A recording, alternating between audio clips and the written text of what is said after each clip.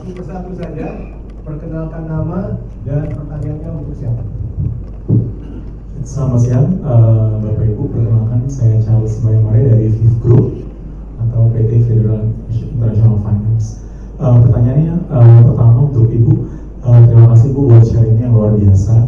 Dan mungkin pertanyaannya adalah terkait dengan saat ini kan kita memang informasi itu banyak tentang ambidextrous ya, leadership dan juga organizations. Nah, penasaran untuk kita mengimplementasikan kedua hal ini kan memang sama kayak di kita di Group juga gitu, tapi kan untuk menyeimbangkannya itu kan ada challenge tersendiri ya Bu. Dan bagaimana kita menginternalisasikan di internal karyawan kita juga sebenarnya bagaimana menyeimbangkan di satu sisi kita harus exploration, satu sisi di poin itu lagi gitu. Sementara kan di karyawan kita challenge-nya banyak gitu ya. Jadi gimana mungkin dari tadi yang Ibu sampaikan internalisasi di perusahaan seperti apa. Kemudian yang kedua dari untuk tadi terkait dengan tertarik penjelasannya dari Pak Amin tadi terkait dengan no KPI. Sebetulnya kan untuk melihat kompetensi ataupun juga kemampuan ataupun ini nanti bisa tarikannya ke karir path ataupun juga promotion dan sebagainya kan sebenarnya tolak ukur untuk karirnya itu kan pasti measurementnya dari achievement gitu ya Pak. Saya agak tertarik Pak tadi penjelasan di bagian itunya, boleh mungkin dijelaskan seperti apa sih Pak teknisnya gitu ya. Karena tadi kalau saya senang banget beberapa kesempatan Pak saya melihat banyak di sosial media juga terkait dengan event yang dilakukan oleh Paragon terkait dengan empowering internal employee-nya gitu ya, dengan mengajak keluarga dan sebagainya, dan saya please sekali. Nah, penasaran yang tadi kalau nggak salah Bapak sampaikan kita kerjakan bersama. Nah, pengakuan untuk in-person kompetensinya itu seperti apa Pak ketika nanti ada career opportunity dan sebagainya. Nah, ingin jelasnya seperti apa. Mungkin itu, terima kasih.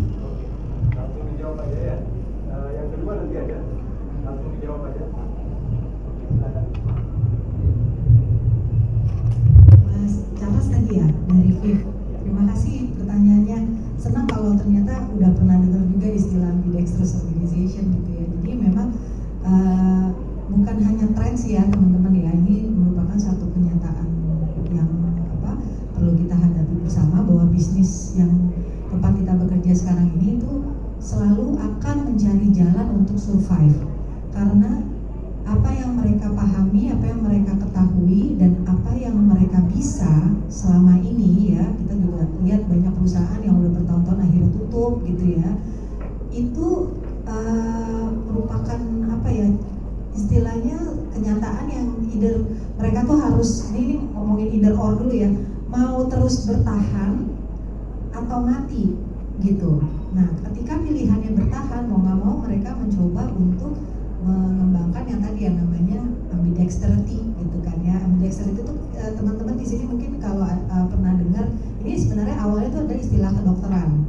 Istilah kedokteran di mana kita bisa memanfaatkan, ada yang kidal nggak di sini by the way? Nggak ada ya? Right handed semua sama nih. Iya benar, ada satu orang Pak Hamzah dari Tripatra kidal. Nah, orang kidal itu dia sangat mahir untuk menggunakan tangan kirinya. Saya ataupun sebagian besar penduduk muka bumi ini kan kebanyakan right handed ya gitu. Itu kebiasaannya adalah menggunakan tangan kanan. Jadi mereka sangat bagus kalau disuruh nulis pakai tangan kanan, sementara yang kidal sangat bagus kalau nulis pakai tangan kiri.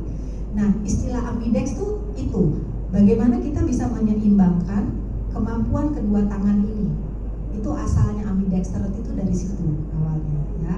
Nah, konteksnya ke perusahaan adalah tadi gimana caranya untuk tetap survive hidup dari apa yang mereka tahu, bisnis-bisnis yang mereka selama ini udah tahu, tapi juga mencoba mengembangkan ke bisnis yang lain yang kadang-kadang itu bisnis yang mereka sebelumnya nggak tahu gitu, bahwa mereka pernah bisa untuk melakukan itu. Nah, kalau organisasi udah memilih begitu, tentunya perlu didukung oleh karyawan yang juga bisa memanfaatkan dua kemampuan ini, kemampuan mengeksploitasi apa yang dia sudah bisa dan mengeksplorasi apa yang dia belum bisa untuk jadi bisa gitu ya.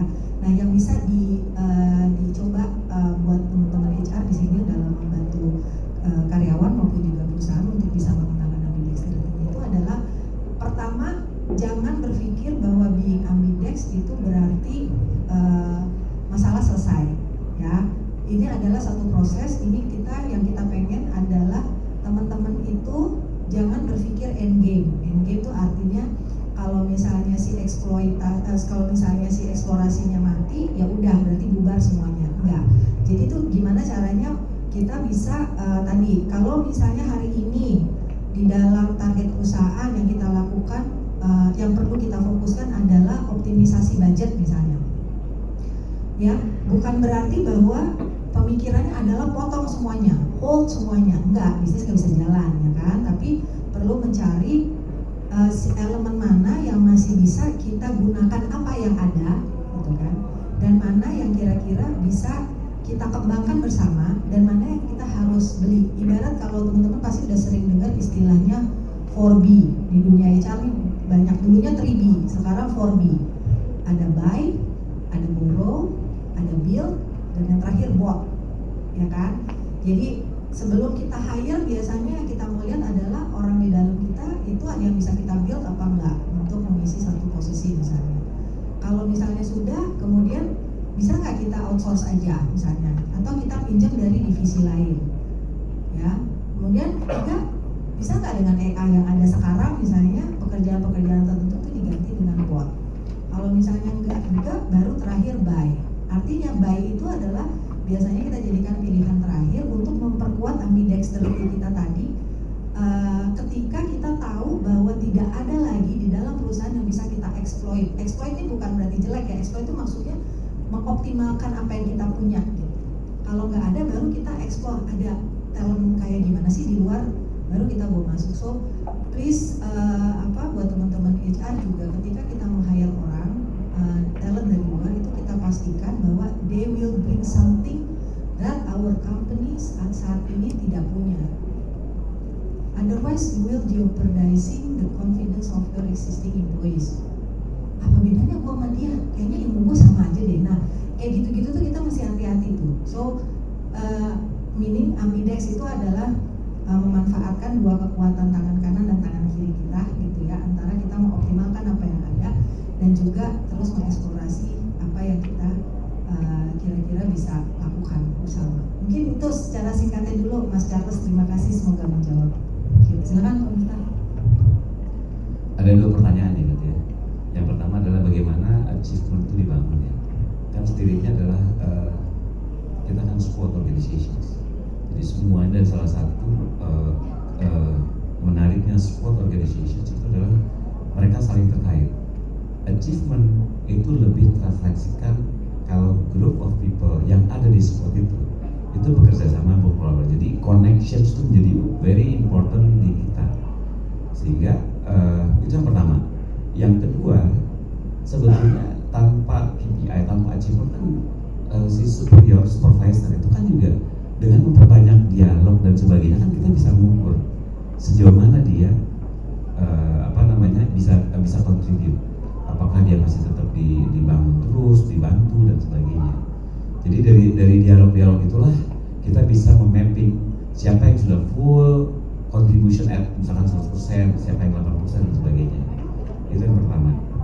Yang kedua adalah tentang event.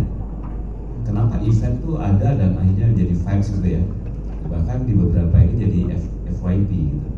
Nah, ini sebetulnya aktualisasi dari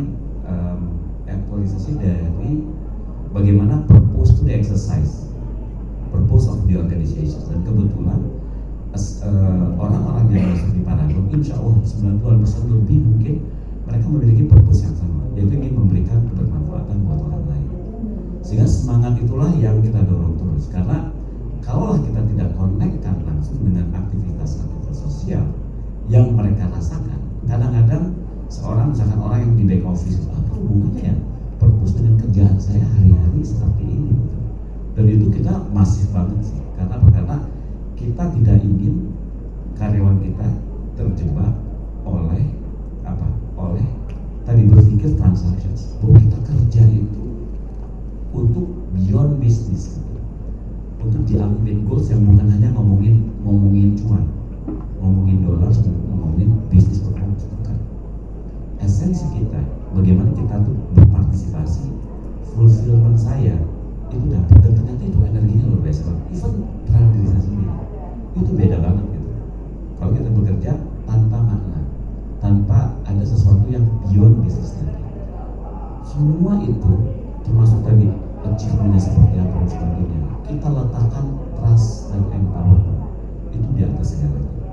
Jadi KPI kita, target kita itu bukan dari atas ke bawah, tapi dari bottom, teman-teman bikin, kita challenge, kita triggering, terus akhirnya naik gila-gilaan. Akan berhasil? Belum tentu, biarin. Karena dengan begitu, karena mereka ownership ada gitu kan, mereka jadi jalan tuh. Dan kita target kita itu nggak bisa tahunan, kita moving aja terus. Dan kita lebih fokus ke attention ke detail-detailnya, bukan wah Wardah udah ini ya, udah capai ya, udah 10% naik ya, atau 15% atau berapapun. Kita nggak puas di situ. Yuk kita bongkar dalamannya. Oh ternyata ada banyak yang merah juga gitu loh. Oh driver untuk naik ini ada di ini. Yang ini kenapa turun? Dan kita harus fokus ke improvement di situ. Jadi model-model kayak gitu tuh yang kita terus dorong, sehingga alhamdulillah teman-teman akhirnya terpacu terus, dan karena di apa namanya ada purpose yang dia ingin capai, jadinya ya merasa ada burning out, tapi mereka tetap ada makna di balik kelelahan